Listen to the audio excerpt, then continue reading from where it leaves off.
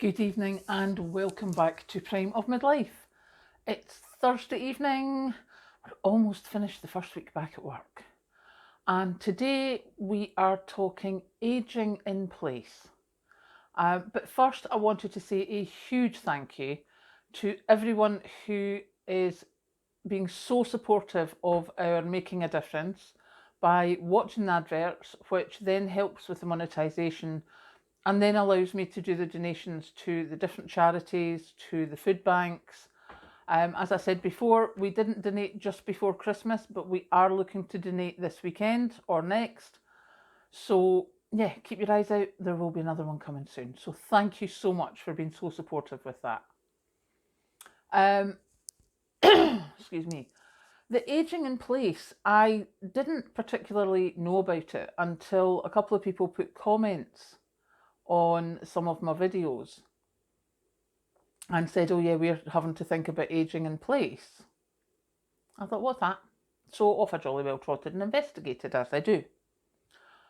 And oh my goodness, anyone who is a person of a certain age needs to be thinking about ageing in place, because it's huge and it makes a huge difference to your later years.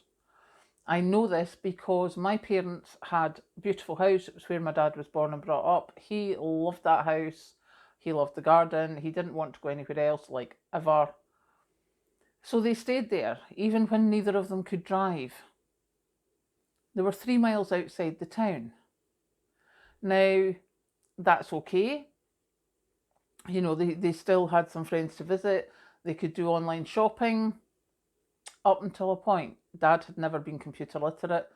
Mum, when the dementia hit, started to be unable to use the computer.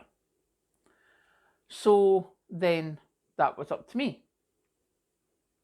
And that went on for a few years until they had to go into care. Now, obviously, if you saw the video about the, redoing my storage for the preps, and I'm like, right, but I've also got to think, I'm mid-50s. I'm 3 miles from the nearest shop. I'm 10 miles from the nearest supermarket. What happens when I get older? And I had a little thought about it and I'm like, what do we need to look at? So we need to look at the house first. And mine is a 2-bedroom, both bedrooms are up the stairs, as is the bathroom. And I know about the stairs. I've already got arthritis. My knees do not love me going up the stairs. I'm still not too bad. But in years to come, that's going to be difficult. Shopping is going to be difficult. Getting to the doctors, getting to the chemist, getting some sort of social life to keep my brain active is all going to be pretty much impossible where I stay just now. So if I look at it very coldly, in a very detached manner, this house is not good for me ageing in place. So in the next few years, I will need to look at moving. So I will need to sell this place, and the plan is to sell this place and move through to Perth and get a ground floor flat. That's the plan.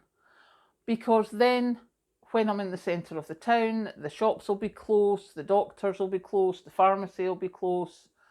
There will be social groups for people that are older, shall we say.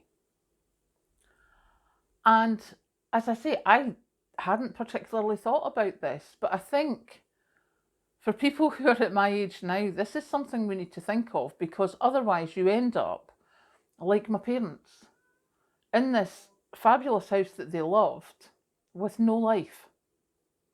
No life at all. No social life, no shopping, no nothing. They basically lived for us going to visit them, because their friends got older as well and they weren't able to go and drive out to see them because their friends were in the village down the road. And that's not the way I want to go. I don't want to have it that I'm sitting looking at 4 walls for days at a time. So while I am young enough and able enough, I want to move. I want to move to the big town. I want to start making a social network. I want to start joining clubs. I want to start going to events.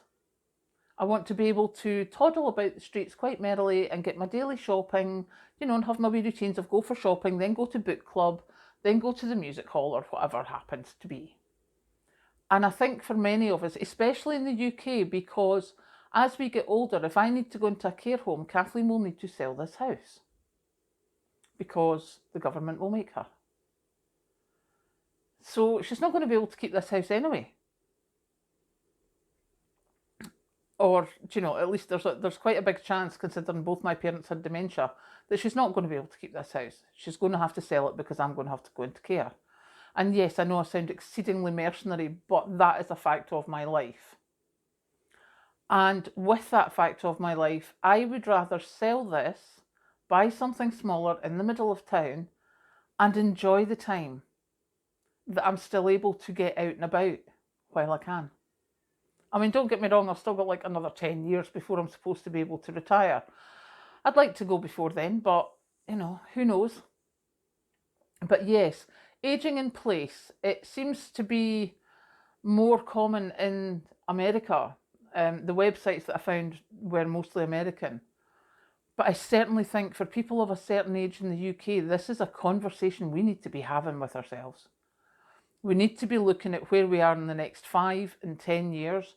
And whilst it's been fabulous for many people to take early retirement or retire out to a little village somewhere where they've got some beautiful golf courses and luxury hotels and all that, what happens when you're not able to drive the 2-3 miles to that golf course? What happens when you're not able to walk to that golf club or to that country club that you joined? What happens when you can't get down to the shops, or getting to the doctors means you need to phone someone to come and get you?